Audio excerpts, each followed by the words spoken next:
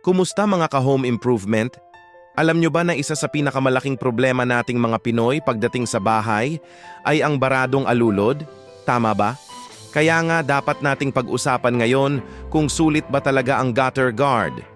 Pero bago tayo magpatuloy, ismash nyo muna yung like button at mag-subscribe para updated kayo sa mga home improvement tips natin. Alam nyo ba na kada tag-ulan maraming homeowner ang napipilitang umakyat sa bubong para linisin ang baradong alulod? Delikado to mga kaibigan lalo na kung mamali ka ng tapak. Kaya nga dumating ang gutter guard sa buhay natin. Pero ano ba talaga to? Simple lang, ito yung parang mesh o cover na nilalagay sa ibabaw ng alulod para hindi na mapuno ng dahon at basura.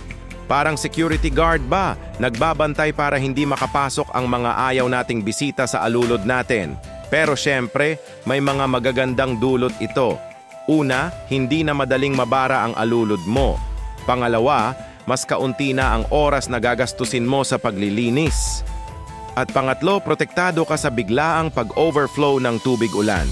Pero teka lang, hindi porket maganda ang benefits bibili ka na agad. May mga bagay din tayong dapat isaalang-alang. Halimbawa, ang presyo nasa 200 hanggang 400 kada metro to. Depende sa kalidad ng material. Medyo masakit sa bulsa, di ba? At isa pa, hindi rin ito 100% perfect. May mga maliliit na dumi pa ring nakakalusot. Kaya kahit may gutter guard ka na, kailangan mo pa ring i-check paminsan-minsan. Kaya sino ba talaga ang dapat bumili nito? Simple lang mga kaibigan. Kung napapalibutan ka ng mga puno at laging may dahon sa bubong mo, go! Kung napapagod ka na sa walang katapusang paglilinis ng alulod, go! Kung gusto mong makatipid sa maintenance sa long run, go rin. Pero kung nasa malawak na lugar naman ang bahay mo at bihira lang magkaproblema sa bara, baka hindi mo na kailangan to. Regular cleaning lang, solve na. Sa madaling salita, worth it ang gutter guard kung lagi kang may problema sa baradong alulod.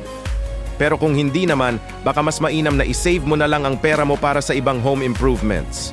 Bago tayo magtapos, excited na ako sa susunod nating topic tungkol sa roof waterproofing. Kaya i-click nyo na yung subscribe button para hindi nyo ma-miss. Salamat sa panonood mga kaibigan. Kung may tanong kayo, iwan nyo lang sa comment section. At kung nakatulong ang video na to, i-share nyo na rin sa mga kakilala nyong may problema sa alulod. Hanggang sa susunod na home improvement tips, ingat palagi!